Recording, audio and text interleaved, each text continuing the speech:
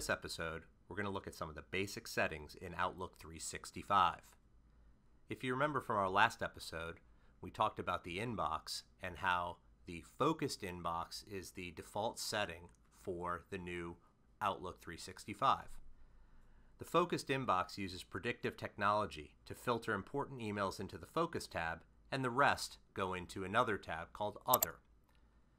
This can be helpful in separating some of your more important messages from your less important messages, but the negative could be that maybe some messages that are important get filtered into this Others tab. And if you're not really diligent about checking it all the time, you may lose some important messages.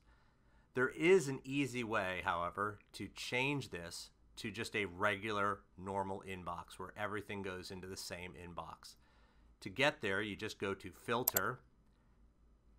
You'll see that Show Focused Inbox is your default setting, and it's checked off. If you just click on it again, it turns it off, and you now just have an inbox, and all of your messages are within the same inbox. Another minor difference between the older versions of Outlook and the new Outlook 365 is the way that it deals with email conversations, or emails where the two parties are responding back and forth within the same email thread. The older version listed each individual email separately. However, the new version threads them all together, or as Microsoft calls it, conversation mode. This is kind of the same way that Google handles email as well. However, there is a way to change it back to the more standard regular messaging. So let me open up an email that has a thread. I have one here, and anytime when you see a little arrow next to an email, when you click on that, it will show you all the other emails that are part of that thread.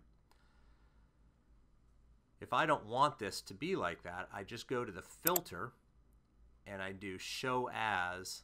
It shows right now as it's in conversation mode. If I just select Messages, it now separates them into individual email messages. The only negative to this is you have to do it to each individual folder. So I did it to the Jamp folder, but I would also have to do it to my inbox folder. Same way, filter, Show As, Messages, and it will separate all the messages into single individual messages. When we migrated your emails over to Office 365, although your emails, your folders, your calendar, and your rules all came over, the one thing that didn't come over was your signature. So if you use a signature, you'll have to recreate it. And the way you do that is you go to the upper right-hand corner where the gear is, click on that, and you search all settings and just search for signature, and the signature setting link pops up. You click on it, and this is where you'll put your signature in.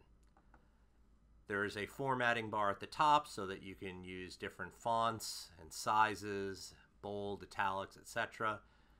You can insert a picture, etc. Once you're done, you want to make sure that you click off to include your signature on new messages you compose, and also to include your signature on messages that you forward or reply to. And when you're done, you just want to hit OK and then close settings. And now, when I create a new email, my signature is automatically in the email.